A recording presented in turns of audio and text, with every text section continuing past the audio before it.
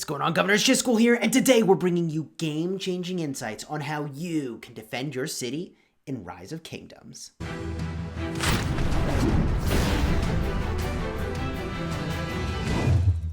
Hello my friends and welcome back. This video is going to be oriented towards free-to-play, middle spenders, and big spenders as we evaluate exactly how to best defend your city. Before I get started, I want to do a quick shout out to an upcoming video that we've got on its way about World War Doe, a game that we are really enjoying. You're not going to want to miss this video where we smash people with the Dread Zeppelin. Link is in the description if you want to download the game and play. And as always, consider subscribing for daily Rise of Kingdoms videos to help you get value and smash your enemies. Let's start talking about city defense for Rise of Kingdoms, because we had some insights that my mind was blown. I don't know why it took me so long to figure this stuff out. Maybe some other people did, but I just haven't seen anyone cover this anywhere. So let's talk about city defense and share some really crucial insights. There's a bunch of things we need to talk about, starting with beginning game players, and I want to hit on how you compare commanders to figure out which ones should be on your wall. We've got Sun Tzu and Yi Song, and I think after this video, if you weren't convinced that Sun Tzu is amazing, you most likely will be. So let's start by talking about what is different about defending your city that will make your choices very different for what commander you pick. And that is the simple fact that in your city is every single type of troop. Now, normally when we think about commander pairings and who's better than what commander and is a legendary better than an epic, we're comparing for open field marches where you're probably bringing all infantry, or all archers, or all cavalry. But when you're defending your city, you need to think a little bit about the composition of troops in your city. And don't forget there are some siege units here too. That will be very important. Now, when I was in a live stream earlier today, card up in the top, trying to figure out how I wanted to defend my own city, I was choosing between using an expertise Sun Tzu, and we'll review his skills in a bit. We've reviewed them in the past, and a 5-5-1-2 Charles Martel. Now, this is my farm account, okay? It's 400 plus days old. You know how I've said that I don't like to put universals into gold key commanders because over time you get lots of them. Here's an example of that. Now, previously, I was considering putting Charles Martel on my wall. And this second skill, when we think, a 5-5-1-1 legendary, it's definitely better than an epic. Well, not in this instance, because 30% of infantry stats, okay, that's very good. That's a lot of stats. But I have only 350,000 infantry. And all the rest of my troops, we got another 1.8 million, are other troop types that get absolutely no benefit from this skill whatsoever. And I realized that my expertise Sun Tzu was just going to be better. Because look, he's got a huge damage factor. He's going to deter people from swarming your city or punish them if they do. He's going to generate rage. This second skill reduces the amount of damage you take, which is amazing. It benefits all troop types. This 7% garrison damage decrease might just be better than the 30% of infantry stats for defending my city, certainly the way I have my troops composed. Then continuing on, 10% damage taken reduction and 10% infantry health. And I boost the damage of this commander and another one. I mean, Sun Tzu is genius level execution for defending your city and is astonishingly good when compared to commanders you most likely are considering or are using right now to defend your city but shouldn't be. Now look, if my Charles Martel was expertise, then I would be using him instead of the Sun Tzu. And I don't actually know offhand what the break-even point would be for the Charles Martel being better than Sun Tzu. It would have to be a lot more skills than I have now, though, in order to even hit that threshold. Now let's continue to pull the thread on that a little bit and talk about builds. Because, okay, everybody should be using Sun Tzu as a primary to defend their city, or certainly a secondary, but I want to show you the build that we have arrived at that I think is so much better than any city defense build I have ever created in the past. Are you ready? This is exciting. This build, in my opinion, is better than any build I've created in the past. Why is that? The major insight is that a lot of people try to make city defense builds that go potentially pretty deep into the infantry tree or the cavalry tree, or, if you're defending with archers, into the archer tree. You should not do that because, okay, each of these points is giving you 1% of stats for that unit. That's very nice. 1 point for 1% is very good normally when you're on the field and you have all infantry. But when you're defending your city, the math changes.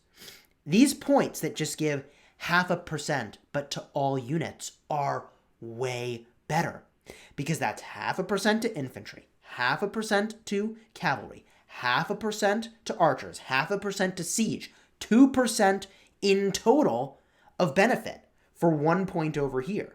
So spending lots of points in these trees, even just going over to strong of body, which I have done in the past with these builds, is a mistake. You get more stats overall sticking to some of these other trees. Now, you may be noticing there are some talents here that you probably haven't seen other places, and I don't know why the whole world isn't talking more about know thy enemy. When this commander is serving as the garrison commander, damage reduction effects are enhanced by 9% if the garrison is surrounded. Now, if you're a low power player, you're probably not going to get rallied, you're going to get swarmed. Guess what? 9% damage reduction is huge. That is massive, massive benefit because it's all damage taken, skill, normal, counterattack. Okay? It is, regardless of what type of unit you're using, giving you this benefit. Doesn't care. Infantry, cavalry, archers, siege units, all benefit. It is very, very powerful. I don't know why I've been sleeping on this, other than the fact that you kind of get 3 very, very weak points on the way. And these points over here, as I was just describing, are very, very good for city defense. I would consider going all the way to Divine Favor, except that this point over here, King's Guard, does not apply when you're defending your city. It would just be too gosh darn good if it did. So I really like Know Thy Enemy to protect in case you might get swarmed. Now, you may be wondering, whoa, Chisgule, wait a minute. Like, why have you not gotten Feral Nature? This is something you talk about a lot, and you describe how powerful it is. Yes, having a 10% chance to generate 100 rage from your normal attacks is good.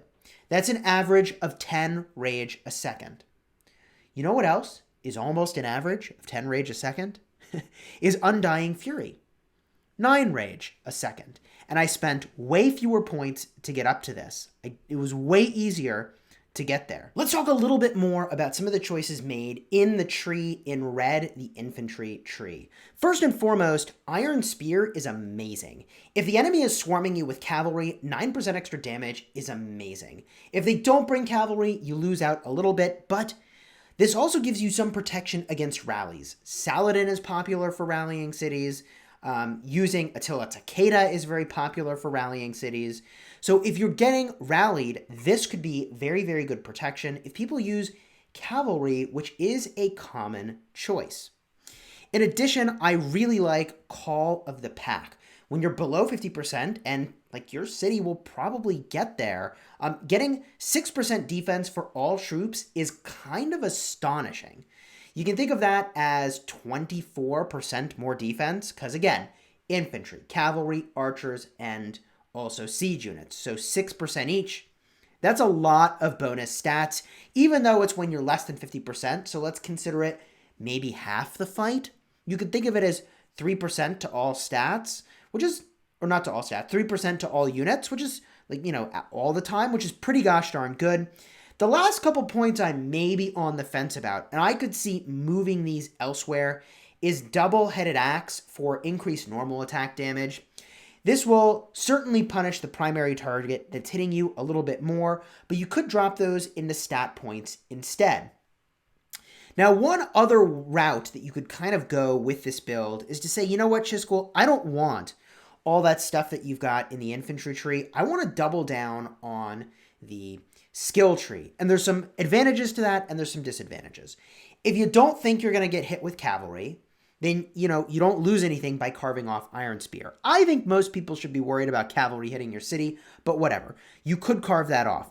You get slightly better rage gen, although really just equivalent to Undying Fury by going over here, which means you basically think that the couple points extra, I guess it's 4 points extra that you're putting into stats, you're valuing that higher than Call of the Pack, higher than Double-Headed Axe, higher than all these stats over here at the base of the tree. And the other major benefit you're getting is Clarity, which is giving you 6% extra skill damage for 6 seconds after you use an active skill. If your city's getting swarmed, you're going to be generating so much rage from nowhere to turn that you will rapid fire your skills, and it will be just an overall 6% boost to skill damage, and a lot of your damage will be skill damage. And we did have 3 extra points to put over here as well for some extra stats. I don't know, I'm a little on the fence. Between the two builds, I think both are very good. If you're worried about cavalry, I think the infantry tree is a pretty good place to go. These builds, I think, are roughly equivalent, though, when you think about what to choose. And if you are at the point where Attila Takedos are running around, I would say Iron Spear is all but mandatory. Now, the old build that I used to use, just as a comparison point, is this one here. So what is the big thing that I am gaining that I think is probably worth the swap of points is making my way over to Know Thy Enemy, reducing the garrison's damage taken by a solid 9%, removing a couple wasted points in march speed in favor of getting stats that are good all around, and slightly less rage generation, which I think is not as important given that you are going to be generating lots of rage from nowhere to turn.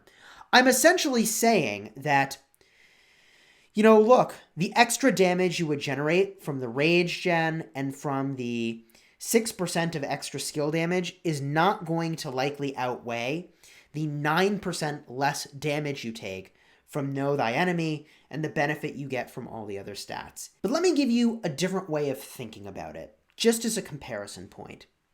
Right over here, Iron Spear, 9% extra damage to cavalry. Definitely worth the 3 points in my opinion.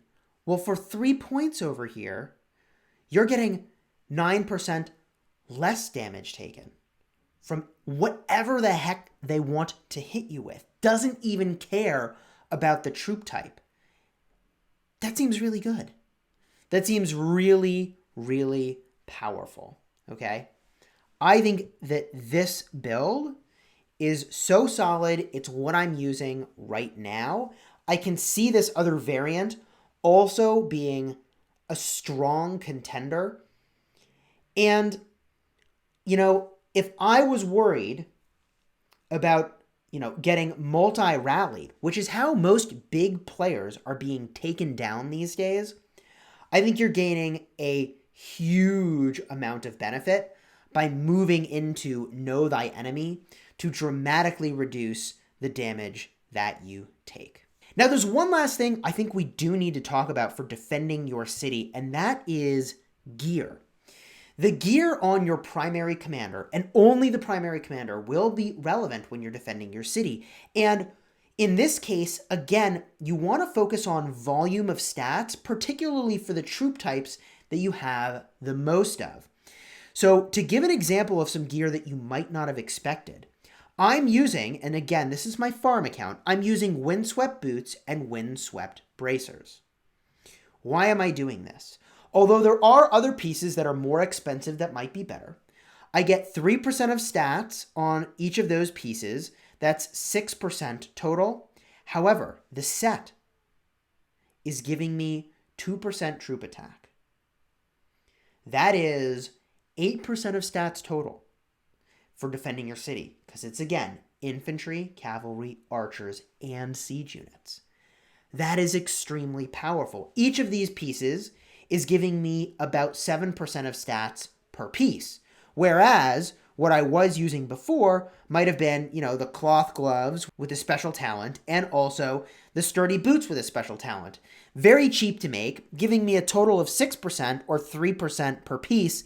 I'll definitely go for the 7% of stats, especially because my city is so cavalry heavy. This set is really phenomenal.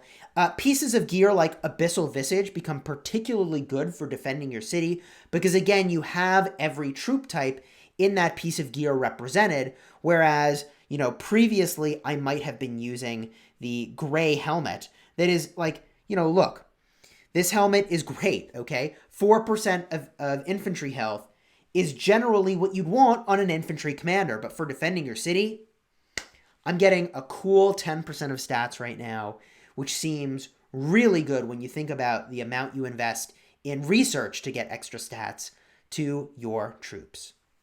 Hopefully you enjoyed this video. If you did, consider dropping a like and let me know in the comments what you think of this build.